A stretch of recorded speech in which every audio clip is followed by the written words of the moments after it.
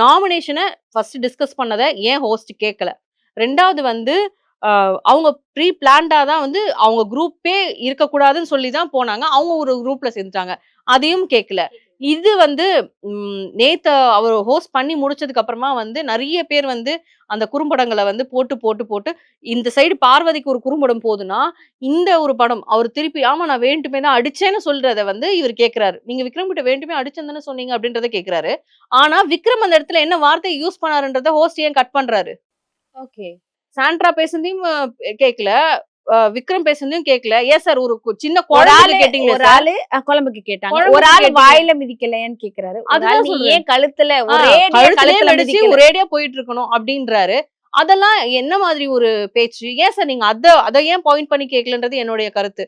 அதே மாதிரி வந்து ஒரு குழம்புக்கு கேட்கறீங்க, ஒரு உப்புமாவ கேட்கறீங்க. சாப்பாடு விஷயம் கொட்டக்கூடாது தான். கரெக்ட் தான்.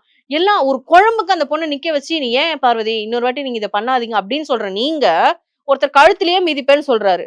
அவருடைய மாற்றம் உங்களுக்கு புடிச்சிருக்குன்னு சொல்றீங்க. இந்த மாற்றம் எனக்கு புடிச்சிருக்கு. ஆனா எல்லைய மீறி பேசுறீங்க. என்னோட ஒரு அது கேள்வி. தவறு. அவரு மாறி இருக்கிறாரா? விக்ரம் வந்து மாறி இருக்கிறாரா?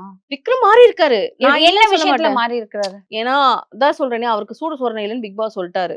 ஏன்னா, ஒரு சின்ன அந்த சிட் எடுத்து படிச்சு, அது யாருன்னு சொல்ற தைரியம் அவருக்கு இல்ல. தைரியமானவங்க அத பண்ணட்டும். நீங்க உட்காருங்கன்னு சொல்லிட்டாரு. அதுவே சுருக்குன்னு குத்துன மாரி இருந்தது. அதுக்கு அடுத்து அப்படியே நடக்கிறது வந்து சாண்ட்ராவோடைய சீக்ரெட் டாஸ்க். அதுல இவரு ரொம்ப முட்டாளாக்கப்பட்டதா அவர தன்னைத்தானே நெனச்சுக்கிட்டாரு. நான் ரொம்ப முட்டாளாயிட்டேன்.